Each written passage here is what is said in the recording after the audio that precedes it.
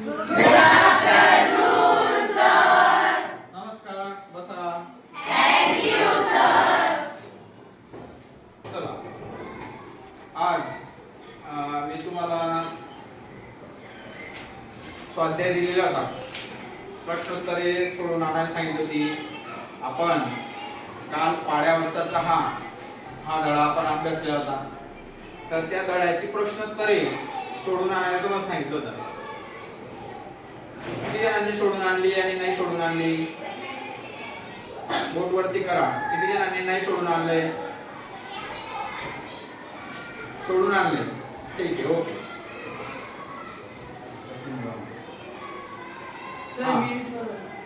का नाही सोडवलं? खूप अभ्यास केला, 5 वाजता तरी समजत नाही सोडवत आहे. ठीक आहे, बस काय. बघा, कधी कधी आता काही विद्यार्थी खूप छान पद्धतीने प्रश्नोत्तरे सोडून आणतात, पण आता या विद्यार्थ्यांनी सांगितलं की अभ्यास करतो तो, पण तरी सुद्धा त्याला प्रश्नांची उत्तरं सोडवता येत नाहीत. तर काही वेळेस कसं असतं बघा, आजच्या दिवस आपण हे अभ्यास पुस्तक बंद करून देऊ. एक तुम्हाला मी या ठिकाणी गोष्ट सांगतो. एक म्हणजे गोष्ट ही जपानच्या विद्यापीठांमध्ये जे अर्थशास्त्र शिकवतात त्या विद्यार्थ्यांना सांगितली जाणारी गोष्ट आहे. अतिशय सुंदर गोष्ट आहे. ती गोष्ट ऐकल्यानंतर निश्चित तुम्हाला सगळ्या गोष्टी सोप्या दिसायला लागतील. एक गृहस्थ असतो, एक व्यक्ती असतो. तो साबणाची पेटी घ्यायची असते त्याला. तो एका किराणा दुकानावर जातो. किराणा दुकानावर गेल्यानंतर साबणाची पेटी विकत घेतो. घेतल्यानंतर घरी येतो, साबणाची पेटी फोडतो. त्याला साबण त्या ठिकाणी अतिशय कमी दिसतात. खोक्यामध्ये 4-5 साबण होते आणि पूर्ण खोका मात्र खाली होता. आणि त्याने जेव्हा हे बघितलं, त्याने पूर्ण पैसे दिलेले होते परंतु साबण कमी आलेले होते. त्याने साहजिक त्या कंपनीकडे तक्रार केली की असं तुमच्या साबणाने, तुमच्या कंपनीचे मी साबण विकत घेतले परंतु त्याच्यामध्ये माल अतिशय कमी आला. तर त्याने तक्रार केल्यानंतर तिथले जे अधिकारी होते त्यांना समजलं, अरे आपल्या एवढी मोठी नावाजलेली कंपनी साबणाची आणि आपल्याकडून अशी चूक झाली. जर असं जर होत राहिलं तर आपले गिराईक नाराज होतील, आपली साबणाची कंपनी कुठेतरी खराब होईल, तिचं नाव खराब होईल.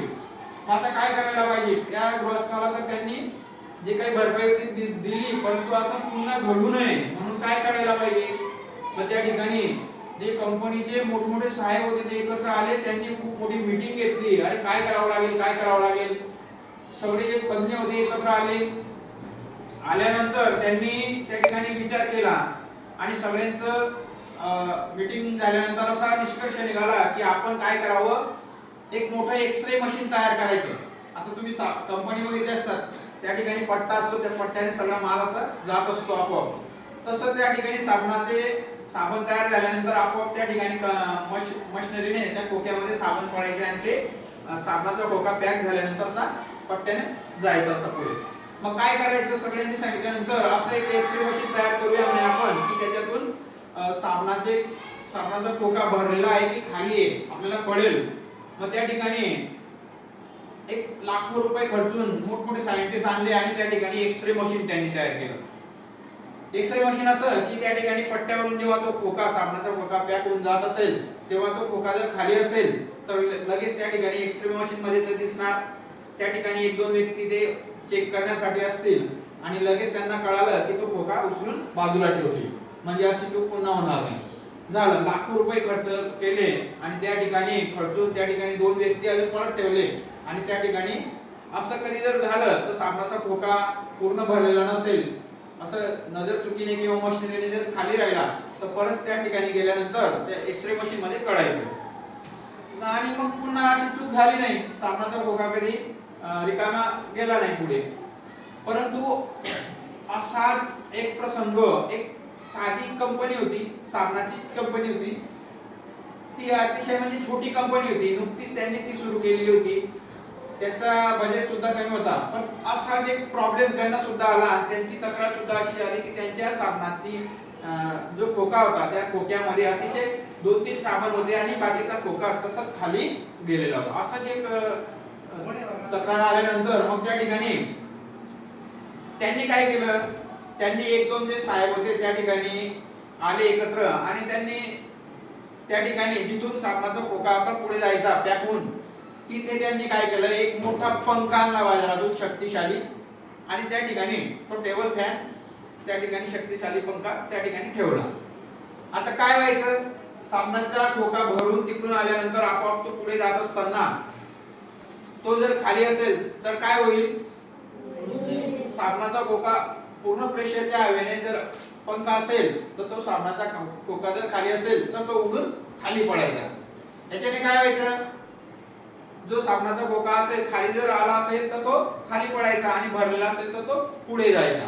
म्हणजे बघा दोघा कंपन्यांना प्रश्न अडचणी सारख्या आल्या, पण त्याच्यावर दुसऱ्या कंपनीने अतिशय वेगळ्या पद्धतीने विचार करून त्या ठिकाणी म्हणजे तोच प्रश्न, तीच समस्या एक वेगळ्या पद्धतीने त्यांनी हँडल केली आणि वेगळ्या पद्धतीने विचार करून तो प्रश्न सोडवला. प्रश्न तोच दोघांना, पण एका कंपनीने लाखो रुपये खर्च केले, परत त्या ठिकाणी दोन माणसं उभे केले आणि मग त्यांचा प्रश्न सुटला. परंतु एका कंपनीने काय केलं, थोडंसं वेगळ्या पद्धतीने विचार केला की अरे खोका खाली असेल तर तो उडून जाऊ शकतो, पंखा बसवला, त्यांचं काम झालं.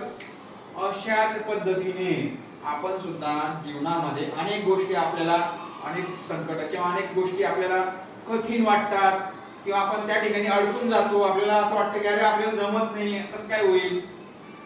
तर अशा अनेक गोष्टी असतात की आपण थोडंसं वेगळ्या पद्धतीने जर विचार केला तर ते प्रश्न आपण सोडू शकतो. तसंच आपल्या मराठीचं पण आहे. आता या विद्यार्थ्यांनी सांगितलं की मी खूप वाचतो, मला प्रश्नांची उत्तर जमत नाही, बरोबर. पण तुम्ही जर या पाठ्यपुस्तकाकडे किंवा धड्यांकडे एक अभ्यास म्हणून, एक परीक्षा द्यायची, चाचणी परीक्षा जवळ आली म्हणून जर याचा अभ्यास करत असाल, वाचत असाल, स्वाध्याय सोडत असाल तर तुम्हाला कधी त्या प्रश्नांची उत्तरं जमणार नाही किंवा लक्षात राहणार नाही, विसरून जाणार. पण तुम्ही जर या धड्यांना गोष्टी रूपाने जर ऐकून घेतलं, एक गोष्ट समजून जर वाचलं तर तुम्हाला, मला नाही वाटत वेगळा अभ्यास करण्याची गरज असेल. एक गोष्ट म्हणून वाचायची, पाण्यावरचा एक गोष्ट समजून घ्या. आपण लहानपणी वेगवेगळ्या गोष्टी ऐकलेल्या असतात, लाकूड तोड्याची गोष्ट असेल, सश्याची गोष्ट असेल, त्याच्यावर कोणताही प्रश्न विचारा कोणाला, लगेच उत्तर सांगाल तुम्ही, बरोबर की नाही, सांगाल की नाही? हो.